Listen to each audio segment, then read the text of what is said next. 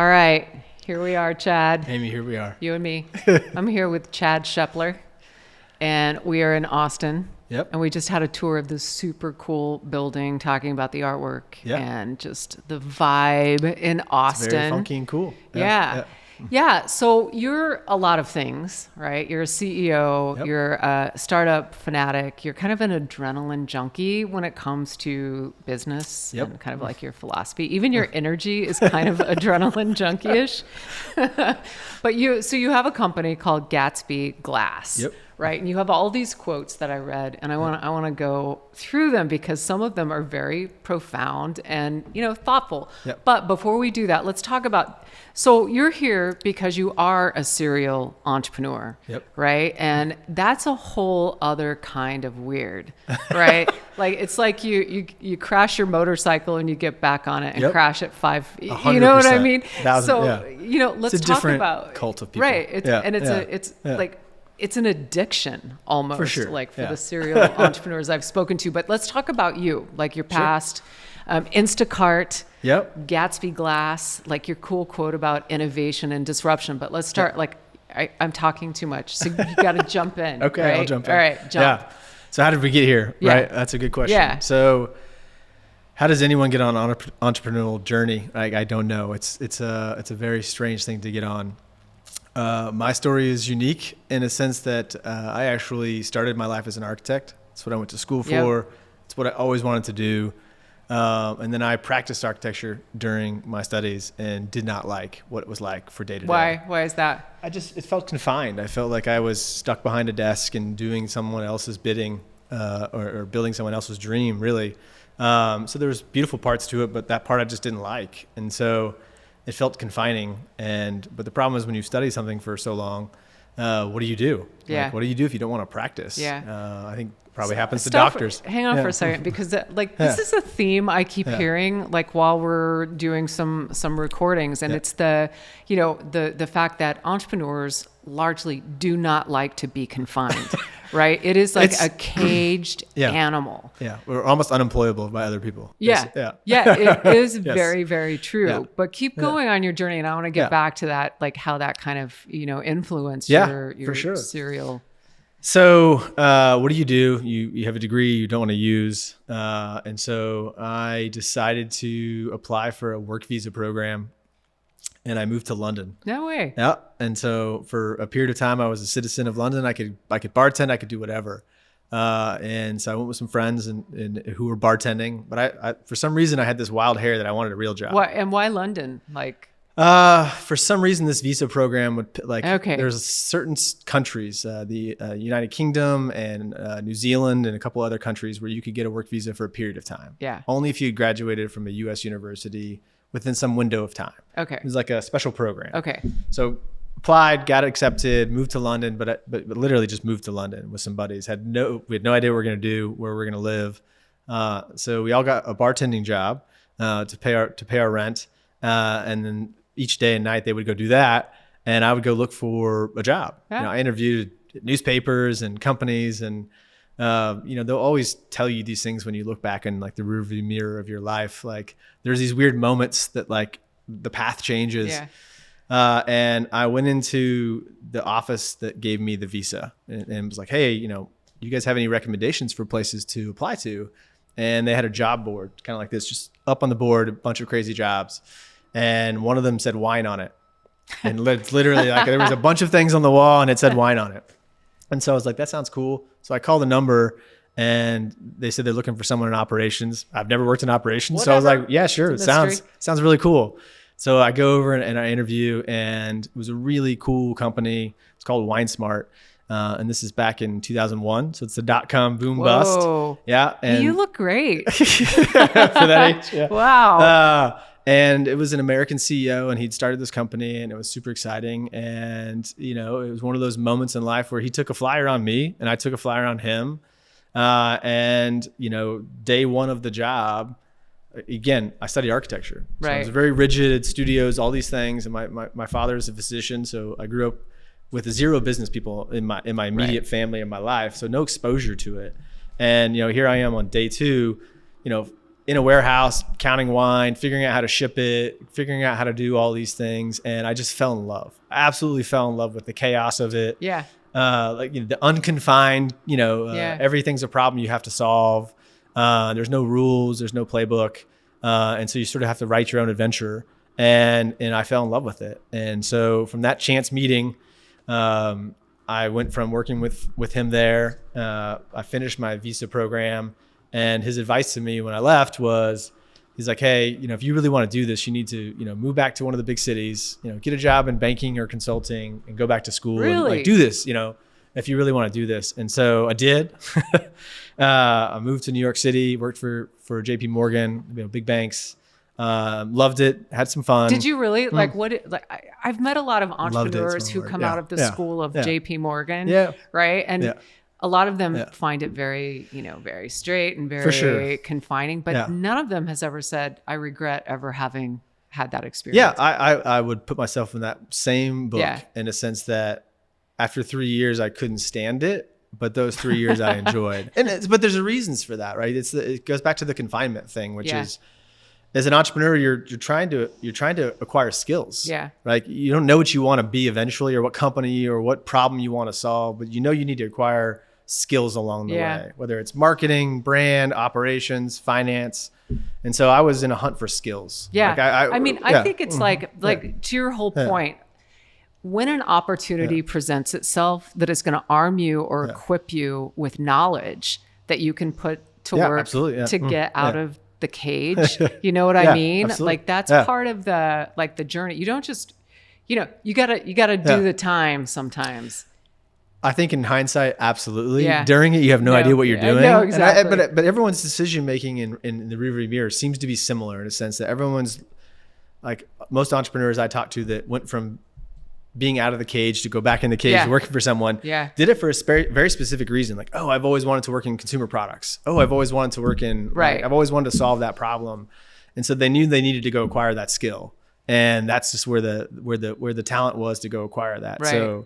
So for JP Morgan, for me was, man, if I really want to understand how all this works, this is a great place, right? I mean, how does it get financed? How does it get traded? How does the world think about a business? And from that standpoint, it was amazing. Every day you're inundated with information about how things work, and you sort of have to piece it all together. But after a while, the caged animal comes back out and says, it doesn't ever go. No, it just says, hey, we're doing the same thing every day here. We're not learning. We're not learning anymore. We learned a lot. We ramped up. But now we're sort of plateaued again, and what's our next challenge? And so luckily for me, I go back to chance meetings. So I quit my job at JP Morgan. I did not tell my now wife that I was doing that. And so if you've ever been young and lived in New York City, it's way more expensive than whatever money you're making. Yeah. And so my now wife panicked, and she made me panic. And I was like, oh, that was a really crazy decision. So I went home, and this is back before everyone was text messaging, and sent a bunch of emails to people I knew, including the guy from London at WineSmart. And he had sold his company. He had moved back to the United States. He called me immediately and said, hey, I've got this crazy new company. It's in consumer products, and I'll hire you as my first employee if you'll take the job. No way. Yeah. And so again, in hindsight, luck meets opportunity. I don't know how all that works, truly, but it was one of those serendipitous moments, and I helped him build a company that did consumer products for big retailers. We did that for like 8 years, doing everything from working overseas in Asia to manufacturing, distribution, working with all the big retailers. It was a ton of fun, but again, all started with a chance meeting. Yeah. Years before in London, where I saw the word wine on a job board and went for it. And so loved it, did it, and through that journey, decided to go back to school and got a business degree. But I'd already known too much, right? I'd already been out of the cage, and the creative. I mean, I think if I look back, the thing I loved about architecture, and the thing I love about even what I'm doing right now, is that there's just this creative part of me that wanted to be out doing something, building something cool. Right. And entrepreneurship fits that mold for me, where you're creating something that didn't exist, or a service or a product, and in delivering it into the marketplace. And so came out of school and actually had a buddy. Did you have an MBA? Yeah. Okay. Yep. So I went to Duke and got my MBA, and lo and behold, I'm sitting there at the end of the MBA, and one of my classmates works for Home Depot, so the big retailer. And he's like, "Listen, I know you're the entrepreneur guy, and everyone gets branded in grad school. Yeah. You're like the finance guy, you're the entrepreneur, Yep. you're the you're the industrial guy. You work for John Deere." And so he's like, "I know you're the entrepreneur guy, but I have a need inside of Home Depot where we really need to start a new division, and we're having trouble getting it going." Yep. And so the idea was intriguing, and so I convinced my wife to move to Atlanta. And did you go to work for Home Depot? Yeah. Okay. Yeah. So I built a startup inside of Home Depot. Whoa. So talk about going from, on your own crazy entrepreneurship to banking where you're confined, but you're learning how business works. And now you're trying to do both, be this kind of creative entrepreneur, but inside of a giant confined box. I mean, that is some serious corporate rules, Yeah. And so it was, it was a different journey and a different skill set required to be successful, right? But it was also still fun, right? Yeah. It was still creating something. What were you building inside of Home Depot? Like, what was the thing? Yeah. So Home Depot at the time they had a company that did it as a third party, but they wanted to take over repair and return. So if you go to Home Depot today or ever, and you return something, they'll take it back. They're a great company like that. They stand behind their products. Right. But when you take a bunch of things back, what do you do with those things? Because most of those things are just consumer didn't want to use it, right? Didn't know how to use it, didn't want to use it, bought the wrong product. And so instead of selling it for free, dumping it out the back door, they wanted to figure out a way to rehab and repair those things, to put them back for sale, right? So that's pretty cool. Yeah. And so but this is a big problem. If you think about the size and scale of Home Depot, we're talking about 70, 80, 90 million dollars in losses by throwing the stuff away or repairing it for high expenses. So they wanted an ability to have every single store in the country be able to repair almost anything that came back that had a small engine or a drill or power or battery, and be able to sell it back on the floor, either at a discount or just get it back in the hands of consumers. And so we did it. And so in a couple of years, we turned Home Depot into the largest outdoor power repair company in the world, and they still are today. That is insane. Yeah. So if you go into one today, I still see in the stores, I'll see the tags that we created during that program. Like all of the stuff is still, relatively the same. So it still operates today in all the stores. So it's pretty cool. Were you solving process or what were you solving? So the most unique thing about that journey was there was a very clear problem that they wanted to solve, but the entrepreneur inside of a box is a different problem in a sense that the company wants to be innovative. Like they want to challenge themselves and try new things. Everybody says they want to be innovative until the board of directors gets involved. Well, there's lots of layers, and that's where I think, maybe the advantage of bringing someone from the outside, which is Home Depot they have to, right? At the end of the day, my program can't screw up the cashiering for every single store, right? It can't have that kind of impact. Right. And so there's all these layers of how does the store operate today, and and so because of that, a big part of my job wasn't just solving the problem at hand. It was how to do that within their way of doing business and working within all the layers that existed there today. And so that's actually trickier than the problem solving itself. Absolutely. Because you have to integrate it into an existing framework. Or pull people along the way with you. Yeah. Right. Or push people into a different way of doing things. And so to their credit, they were very supportive and did that. I did not know that story, and it makes me have a better opinion of Home Depot. Hey, Home Depot is an amazing company. Yeah. I was telling Ray upstairs or the guys this story, but when I worked there at the corporate, you actually had to you had to work in the store once a month. If you've worked work the floor. You put an apron on and you go to a store and you work the day. That's awesome. Yeah. Yeah. And it's funny because you get these moments where 3 or 4 weeks would go by and you're sort of head down as an entrepreneur, focused on solving your problem, and not realizing what the real world impact of some of the things you're doing are. And then you take your day, it's a Tuesday, whatever, you put your apron on, you show up at a store and you're walking in the aisle and a customer comes up to you and asks you a hard problem. Like, hey, I'm looking for this specific thing. And you have no idea what they're asking about. It's humiliating and humbling right there. You're like, I spent my last 2 months trying to solve this problem over here, but I literally can't help a customer find a simple product. And you realize like how hard it is to be an associate at that store. So it was a healthy respect for this. How do you be creative and innovative, but also the fact that they had a service to provide to everybody, and you had to work within that. So it was a different journey, but very entrepreneurial. Yeah, really interesting though. I love those stories where you actually see innovation out in the wild in unexpected places like Home Depot. But you have to innovate. Yeah. So from Home Depot, like what was the next waypoint for you? Oh, so okay, where did it go from there? Yeah. So my family, my father and my brother are both physicians, and my brother was the early user of a product that was trying to help doctors and nurses and hospitals better communicate.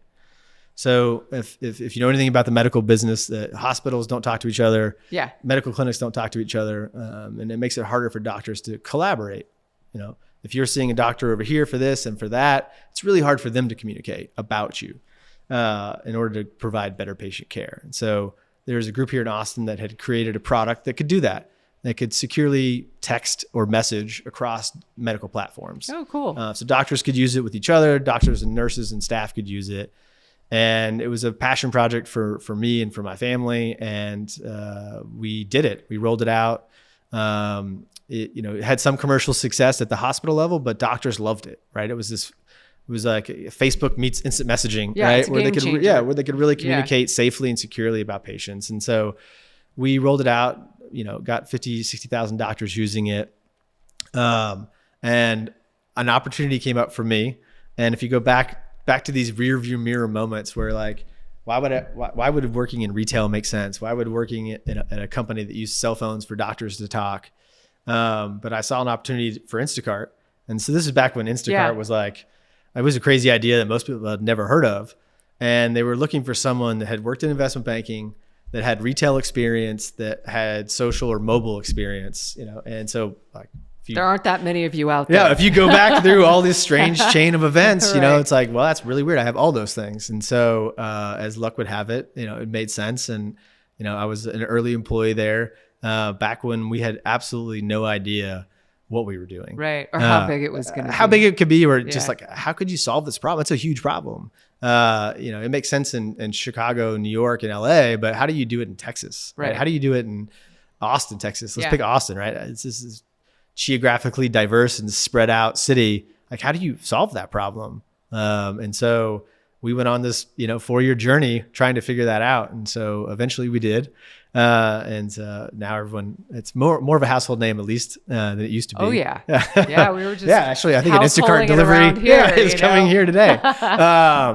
But it's again, back to those things where, you never know where the opportunity you're going to find is, but you keep searching for a unique problem that is either possibly your why or something you're super interested in to solve, and always picking up skills along the way. I mean, it's like, if I had to give anyone advice, like that's, life only makes sense in the rearview mirror. Like if you look at, if I had planned that course, there was no way to plan that course. There's no way. I would have been like, let's do this. And then that to get to there, it doesn't work that way. Yeah. So like hearing your story, it's almost like you're Mary Poppins, right? Like there's a problem, right? You swoop in, fix, then you move to the next problem. Like you're not hanging out. It's true. Creating governance, building an exit strategy. Like what is that? Yeah. I think that's a really good question. I think it goes back to the sort of the idea of being caged versus not being caged. And I think, at each of those companies you can, and I find this, it's really funny when you interview people for jobs and you look at people's resumes. There are people that have very consistent, like 2 to 4 year experiences, like throughout their whole career. Yeah. And you could recognize them when you see them now. And it's like, that's an entrepreneur. Like they're there for acquiring a skill or because they're passionate about something, that a problem that's being solved. But then, they acquire that skill, or they get it from 0 to 100. And now they're on to solve that next problem. Right. And before I'd never noticed it, but as an entrepreneur, you sort of pick it up. It's a really cool observation. Yeah. You pick it up and you're like, oh, there's, so I don't know what the real answer is. I think it is, that's where I find the most energy. Yeah. Right. The curiosity, the problem solving, the scaling. Because when you're scaling, like Instacart was a great example of like, once you figured it out, a month later you broke it. Meaning if you could figure out how to hire 1,000 shoppers in one weekend to go work for Instacart, you feel like you should celebrate. You figured it out. You train them. You've got this model that works. Yeah. The next week you need 10,000. Right. Well, you can't train 10,000 shoppers the way you did 1,000. It doesn't work anymore. Right. Like, how do you do that? It's too many people. You can't rent a room. You can't meet them in person. So you have to create a whole new solution to solve the next problem you just created. And so, I think for people like me, maybe like that's where the fun is. Yeah. Right? The fun is that always seeking how to solve the next problem that's coming down the way. Yeah. You're very interesting that way because you're not like, you're not like the kids in Silicon Valley or Boulder. Like you're actually seeking out problems, right? And you're not like, it's a very different kind of journey, right? It's like you were born to roll in, fix it, roll out, solve the medical communication problem. It is really interesting, not exactly a typical serial entrepreneur. You're like a serial problem fixer, right? Yeah, there's something to that for sure. And you have a quote, before we get to the Gatsby Glass and like your current things, you had this quote that sort of drove you about disrupting normal industry operations. Yep. I loved that, right? Yep, like talk through, like, what is that? I mean, I get it, Yeah. right? Like, I because get the now words. that I hear your story, Yeah. but what does that mean? I think it goes back to the problem solving, which is, I think there's tons of people and companies that are doing great work and, are very focused on solving problems. But sometimes I've found this in my own journey, like when you're too close to a problem, you're maybe not the best person to solve it. That's exactly right. Right. And so for me, it was about that, which was part of the reason I liked going to different industries was that I felt like every time I had to go back to ground zero and go back to school. Yeah. I mean, I'm in a glass company now. Like I bought glass before, but I didn't know anything about it. Right. And so you're humble and you're back at ground zero. Yeah. And you have to like be like a kid with, open eyes and everything's new to you and nothing makes sense. And I think some of the best problems get solved that way. Right. It's rarely the person who's been focusing on that problem for generations to Yeah. solve it. Yeah. And so, maybe that's part of what drives me to go to or look at or even invest in different opportunities and problems is that wide-eyed curiosity. It's energizing to me. Yeah. But it's also, I think, disruption has a bad stigma to it, right? Yeah. People use that word in different ways, but to me, it's sort of like looking at the problem from a total different lens. Yeah. And some of that is coming as an outsider, having not thought about the problem, having not created that problem, right? Right. And how do you come at it from a place of experience to help solve it? Yeah. Yeah. So your story is so cool. And I'm really glad we're having this conversation because it's bananas, right? Like you're a whole different kind of thing. So here's a question for you. I think I know the answer to this, but you're in it, right? Like I'm just the reporter, but I'm in it right now. Yeah. Are entrepreneurs born or made? Oh, that's a really good question. I think I don't know the answer to that question. Yeah. If I go back through my journey, right, and I would say half and half, right? The grit that comes with it is maybe inherent in some people and not in other people. Like it's okay to fail, and I can shake myself off and move on again. And I don't think everyone has that same demeanor, but untapped human potential is everywhere. Yeah. And I go back to that story of Kurt and Wine Smart. And if you go back to that moment, which is I could have just stayed at school. I could have gone on to get a degree somewhere else and been happy working somewhere. That could have been my journey. Right. And that's not a wrong journey. That could have been successful. It was just part of the it could have been choices. Yeah. But I went this direction, and had he not made a bet on me and he had not, sort of believed in me, I may not have believed in myself. Yeah. Right. And maybe I wasn't, at that time, my grit wasn't as deep as it is now. Yeah. Right. And so it was shallow then. And I needed that. I needed that exposure and that coaching to get to be an entrepreneur. So to that part, you go back to that, well, you need someone to coach you. You need to be made. Like you need to go through that fire with somebody or have someone believe in you. Because the most interesting thing about startups and entrepreneurship is they all start to blend together. So the greatest story about Instacart is like Instacart's made thousands of entrepreneurs. So I've invested in a couple people's startups that came out of Instacart. I know at least 100 that have started their own company. Some people have used the proceeds from the company going public to start their own company. Right. I've done that. Right. I wasn't a huge recipient of options and shares, but I made enough to be able to start something. And if you think about like a Porva who started Instacart, built a great company. I'm sure he did well financially for himself, but think about the wake that created. Yeah. There's thousands of companies that started from people that worked together, mostly found each other through that venture. And so they were forged in that fire together. And out of that came thousands of other startups.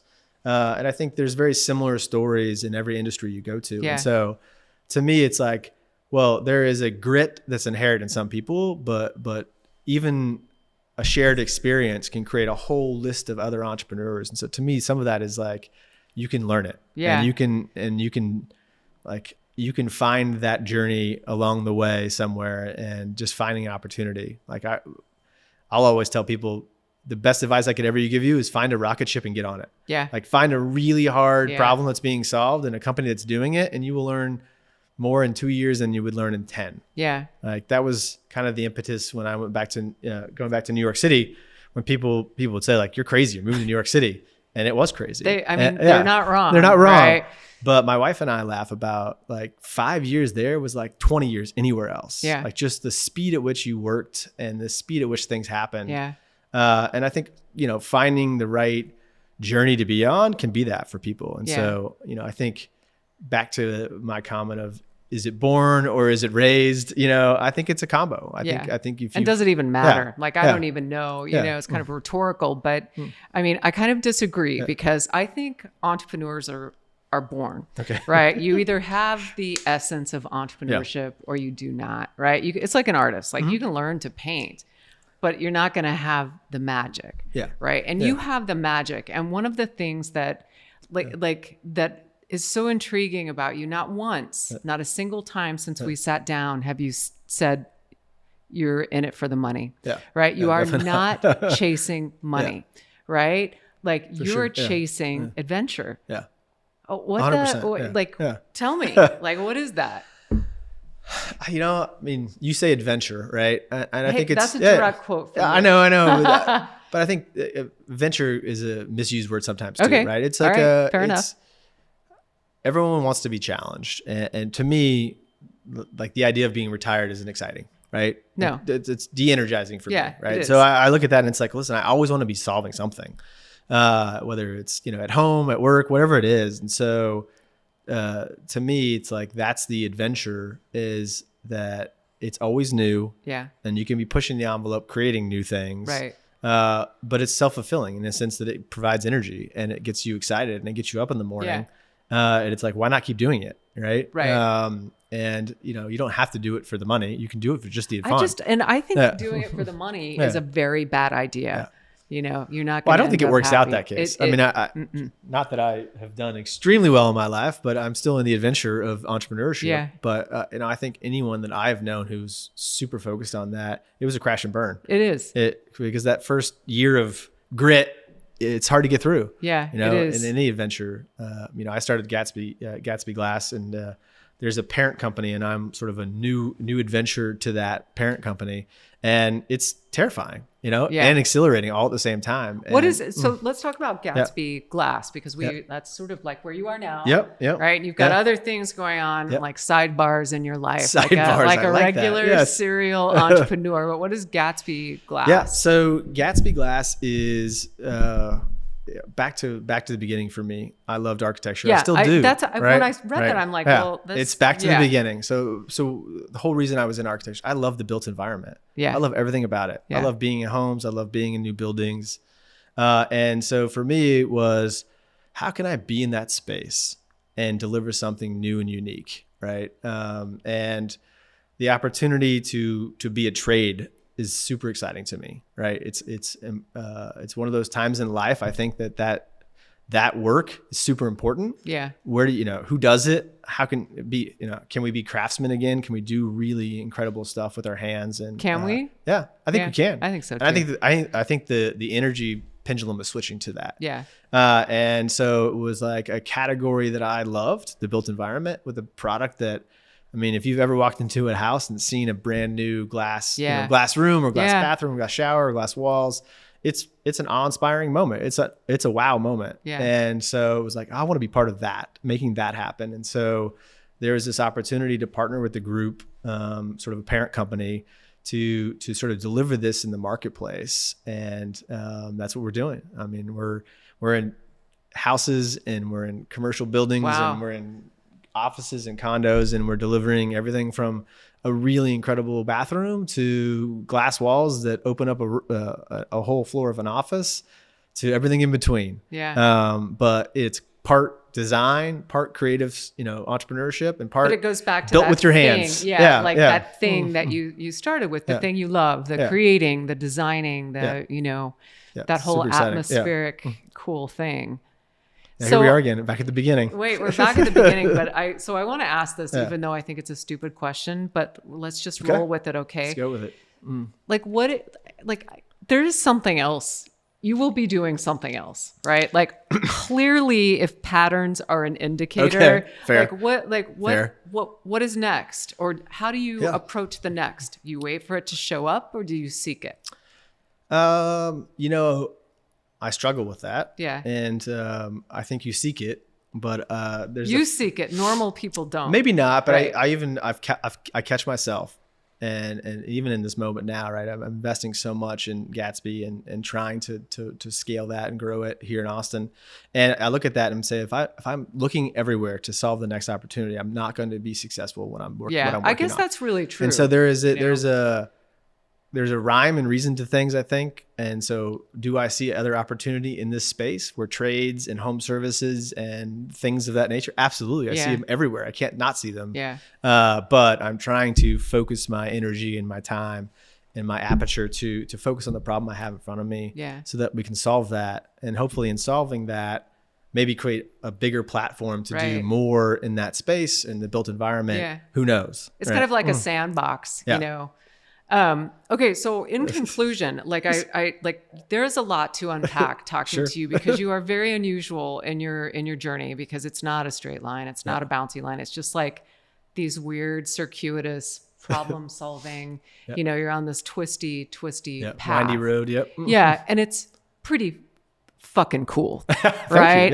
It is an American privilege and a dream to get to go out and do. It's a privilege for sure. It is. You get to do it. You don't have to do it. You're choosing it. And, for entrepreneurs out there who maybe are struggling, or who, they Myself have that included. Yeah. How do you stay inspired? How do you stay curious, right? That's one of the characteristic of you that is very unique. Yeah. The only way I found to be successful through those moments, right, to not stamp out the curiosity, is to surround yourself with really great people who also want to solve those problems. Because if I look at any of those journeys, whether it was consumer products, Instacart, you name it, there was so much complexity in doing that and solving that problem that if you just took it on by yourself or tried to solve it all, you would die. Right. You would just give up, and it would just be overwhelming. And so, I'm back at ground zero now. I started this, Gatsby Glass of South Austin. We started 2 weeks ago. And, God. Okay. Yeah. And so, we're back at the beginning. Yeah. And so, if you look at that, there's so many humbling moments back at the beginning to how do you accept credit card payments, to how do you do anything? Yeah. And so you have to build a team, and you have to surround yourself with people who want and are passionate about helping solve that problem. And I think if you can't do that, you'll never get off ground zero. Yeah. Right. Especially if you're like a solo entrepreneur, and that the beauty is the world's so different today. There's the busies of the world. There's all of these solutions that now have tools to help you. And they're dynamic. Yeah. Everything is happening alone in the journey. And so, but I would say that without that, that's how you keep the curiosity alive. If you try to take it all on yourself and solve every problem yourself, you'll just stifle yourself and give up. Do you have, is there I get this a lot when I'm working with startups and, all of this, but everybody wants to know what book should I read, right? And my advice is don't read a business book. Go read a book. Go read a history book. Go read a fiction book. Don't you are overloading your brain with too many different approaches, right? Like do you have a book? Like, what's your book? Yeah. I don't recommend books to people for that specific reason. Right. Because I read lots of business books. Unfortunately, my wife, I'm sorry. Yeah. You're gonna have to. Yeah, I know, but I don't recommend them to people for that specific reason, right? Which is, I think one of the downsides of getting your MBA, right, or going back for an advanced degree in anything is you learn too much. Yeah. You learn all the ways you can fail. Yeah. Right. And so I actually thought it was funny at the time that there was very few entrepreneurs in graduate school for business. There's people that wanted to be entrepreneurs, but there were very few people who had been. Right, because the entrepreneurs are out doing shit, right? And so there was a couple, waking moments where you're just all you're doing is learning ways that you're going to fail. Yeah. And it was like a level of terrified that I didn't know before. It's also a bummer, right? So I think you're right in a sense that I try not to recommend business books to people because it's like, listen, when you're on your journey and you need guidance, go find it, right? Whether it's a podcast, whether it's a book, search by topic, sign it. But don't read too much before. Right. If you read too far ahead, you might. You get that, you get that whole, your brain paralyzes and fear. Like fear is the enemy for entrepreneurs, right? Because it will stop you. And it's 100%. Paralytic, right? And you are fearless, right? Like you would have to be to do what fearless, but I think I can push through that. But are you fearless or foolish? Both.